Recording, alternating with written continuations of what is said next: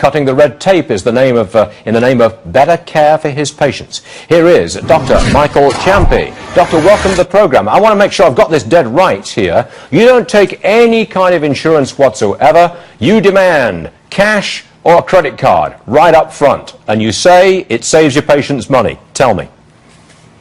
It does, Stuart. We've cut that out as of April 1st. We're no longer accepting government or third-party insurance, and we've cut our rates essentially in half. And we've cut out the government and the insurance companies, which are very, very expensive middlemen, and we've passed the savings on to our patients. This is nothing to do with Obamacare.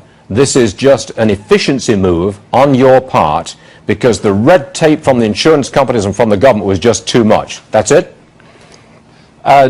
Not quite. In the present system, prior to Obamacare, the Medicare regulations, if you were to print them, that book would be about 150,000 pages, which is about twice what the tax code is that we complain about. And I'm in a private practice. I run a small business. Revenues have been flat for the past 10 or 12 years, but my expenses have gone up about 30 to 40%. So this is a recipe for disaster. You'll find that most private physicians are either retiring if they can, or going into other fields, or joining big hospital groups. I didn't really see any of those things as being an option, so I took what was considered a quote-unquote radical step by asking people to pay for services at the time that they're rendered. So you don't take Medicare. You don't do that. You don't take any other insurance. So I just want some examples of how you're saving money for your customers, that is, your patients. Can you give me an example of the old price and now the new price? Sure. Just for example, if someone came in for a very brief, limited visit, say for a sore throat or an earache, our previous charge was $95. Now we've cut it to $50.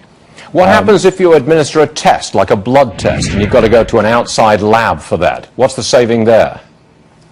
Well, what we do with, if anything done in our office, we charge directly for, but if we draw the blood and send it to an outside lab, if the patient has insurance, we pass that information to the lab so they can bill them directly.